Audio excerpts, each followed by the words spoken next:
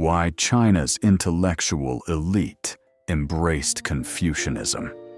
What Confucianism gave to China's scholars. Opening. If emperors embraced Confucianism to govern an empire, there's another question worth asking. Why did generations of China's brightest minds embrace it as well? For more than 2,000 years, millions of scholars devoted their lives to studying Confucian classics. They memorized the teachings of Confucius. They built their careers around them. They judged themselves by Confucian standards. Some even sacrificed their lives for Confucian ideals. Why? What made Confucianism so attractive to China's educated elite? The answer is more complex than many people realize, because for China's scholar officials, Confucianism was not merely a philosophy. It was a path to success, a source of identity, a foundation of social status, and ultimately, a guide to living a meaningful life.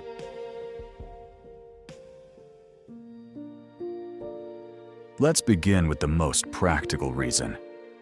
In most ancient civilizations, a person's birth largely determined their future.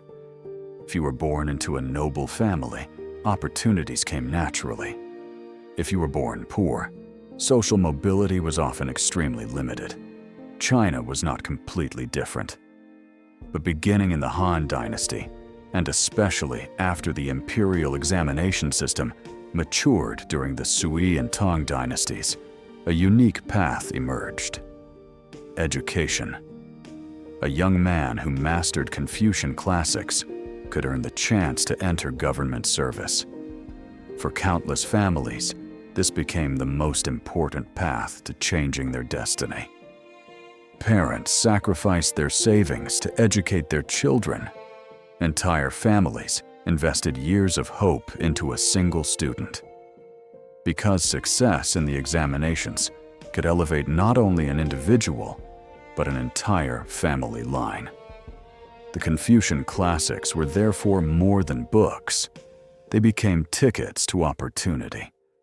For many people, Confucianism represented a future worth striving for.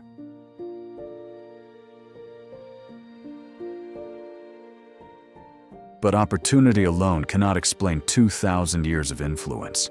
After all, most examination candidates failed. Many spent years studying without ever becoming officials. If Confucianism were only about career advancement, its appeal would have been much weaker. What kept scholars committed was something deeper. Confucianism gave them an identity. Traditional Chinese scholars did not see themselves merely as employees of the emperor. They believed they carried a moral responsibility to society. In Confucian thought, a stable society depends on virtue. A government requires moral guidance, and the educated have a duty to help preserve both. This meant that a true scholar was expected to pursue more than wealth or power. He was expected to cultivate character, to defend what was right, to serve as a moral example. Throughout Chinese history, many officials risked their careers by criticizing powerful rulers. Some were dismissed, some were imprisoned, some paid an even higher price.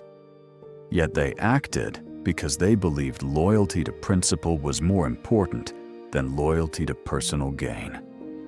For these scholars, Confucianism was not simply something they studied, it was who they were.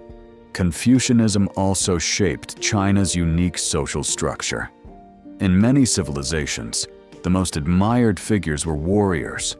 Medieval Europe celebrated knights. Feudal Japan celebrated samurai. Military strength was often the highest source of prestige. China followed a different path. For much of its history, scholars occupied the highest social position. Traditional Chinese society was often described through four major groups: scholars, farmers, artisans, and merchants. Notice who came first. Not soldiers, not merchants, not the wealthy, but scholars. Why? Because Confucianism taught that wisdom and virtue were essential for governing society. An educated person was expected to guide communities, promote ethical behavior, and help maintain social order. As a result, scholar officials became one of the most respected groups in Chinese civilization. This was a remarkable cultural achievement. Few civilizations placed such extraordinary prestige on learning and education, and Confucianism was one of the primary reasons why. Yet even opportunity, identity, and social status do not fully explain Confucianism's lasting influence. Its deepest appeal may have come from something else. It answered one of humanity's oldest questions: how should a person live? Confucianism offered a clear answer. First, cultivate yourself. Then, bring harmony to your family. Next, contribute to society. And ultimately, help create a better world. This ideal was captured in a famous Confucian expression: cultivate the self, regulate the family, govern the state, and bring peace to the world. For generations of scholars, this was not merely a slogan, it was a blueprint for life. They studied not only to pass examinations, but also to become better human beings. The highest ideal in Confucianism was the junzi, often translated as the gentleman or noble person. A junzi was not defined by wealth, nor by power, but by integrity, discipline, responsibility, and moral courage. For many scholars, the pursuit of becoming a junzi became a lifelong mission. At this level, Confucianism was no longer just a political philosophy. It became a moral and spiritual framework, a guide for how to think, how to act, and how to live. So why did China's intellectual elite embrace Confucianism?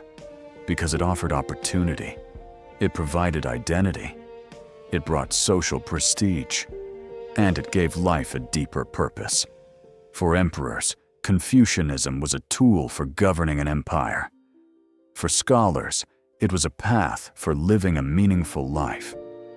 Together, the rulers and the educated elite helped transform Confucianism into one of the most influential traditions in human history. But the story is not over. If emperors embraced Confucianism and scholars embraced Confucianism, why did ordinary people accept it as well? How did the teachings of Confucius leave the palace and the academy and enter everyday life? That is the story of our next episode. Next episode: how Confucianism shaped everyday Chinese life. The philosophy that influenced not only rulers and scholars, but millions of ordinary people. Want to understand China from the inside? Follow, subscribe, and share. New videos every week on Chinese history, culture, and wisdom.